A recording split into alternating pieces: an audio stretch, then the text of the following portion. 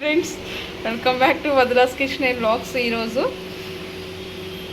అల్లం బురబ్బ తయారు చేసుకోవడం చూద్దాం. అల్లం బురబ్బని ముందుగా కావాల్సినవి అల్లము 1 కప్పు, 1½ కప్పు, బెల్లము, చక్కెర 1½ కప్పు. ఇప్పుడైతే ముందుగా అల్లంని మిక్సీ చేసుకుందాం.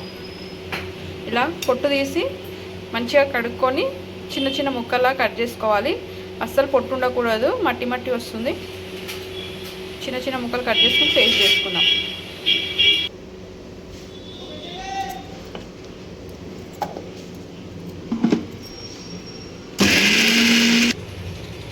ఇది ఇలా మిక్సీ చేసుకోవాలి. ఇంకా దంగకపోతే కొద్దిగా వాటర్ వేసుకొని మిక్సీ చేసుకోవాలి. ఇప్పుడు ఒక ప్యాన్ పెట్టుకొని బెల్లము, కట్ చేసుకున్న బెల్లము, చక్కెర వేసుకొని అదే కప్పుతో 1 కప్పు వాటర్ వేసుకొని పాకం చేసుకోవాలి.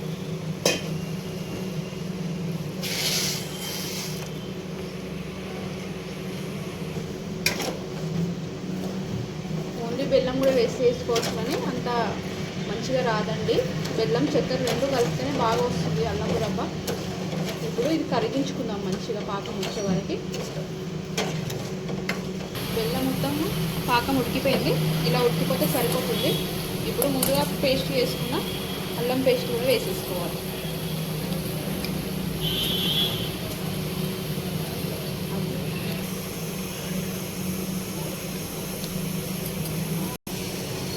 ఇందులో కొంచెం ఇలాచీ పౌడర్,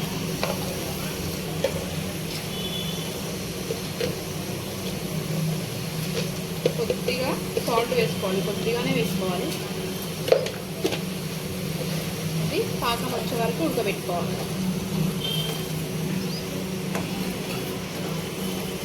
చిక్కబడిపోయింది. ఇంక కొంచెం అయితే చూపిస్తాను పాకం ఎంతవరకు పెట్టుకోవాలో చూపిస్తాను. పాకం అక్కడ రెడీ అవుతున్నప్పుడే ఇలా ప్లేట్లో నెయ్యి వేసుకొని మొత్తం రుద్దుకోవాలి.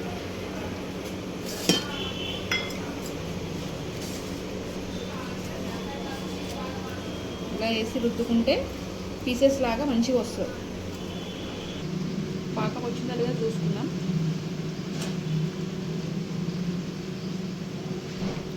ఇంకా కొంచెం కావాలి, వచ్చింది. ఇంకా కొంచెం అయితే సరిపోతుంది.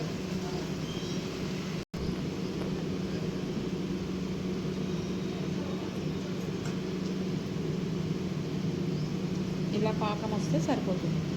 మంచిగానే వచ్చింది.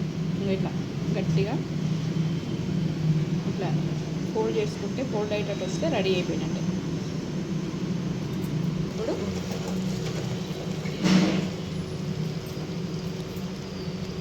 స్టవ్ ఆఫ్ చేసుకొని రుద్దుకున్న ప్లేట్లో వేసుకుంటే అయిపోతుంది. సన్నగా పలసగానే వేసుకోవాలి, దొడ్డుగా వేసుకుంటే కొంచెం గట్టిగా వస్తుంది.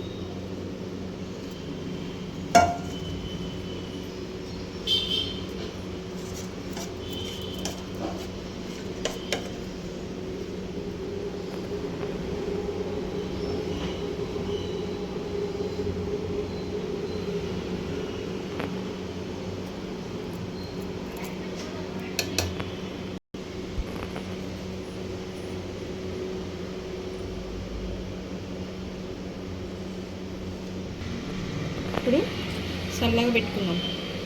కొంచెం చల్లారిన తర్వాత కట్ చేసుకుంటే రెడీ అయిపోతుంది. అల్లం బురబ్బ చల్లగా అయిపోయింది కదా, ఇది మంచిగా చాకుతోని ఘాట్లు పెట్టుకోవాలి.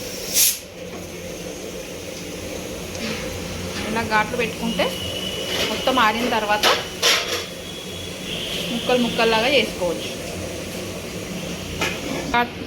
ఇలా ఘాట్లు పెట్టుకుంటే మొత్తం ఆరిన తర్వాత పీసెస్ లాగా వస్తున్నాయి.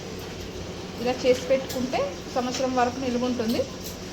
రోజు 1, 2 తింటే సరిపోతుంది. దినం తప్పి దినం 1 తిన్నా సరిపోతుంది. వాంతులు అనేవి కాకుండా ఉంటుంది.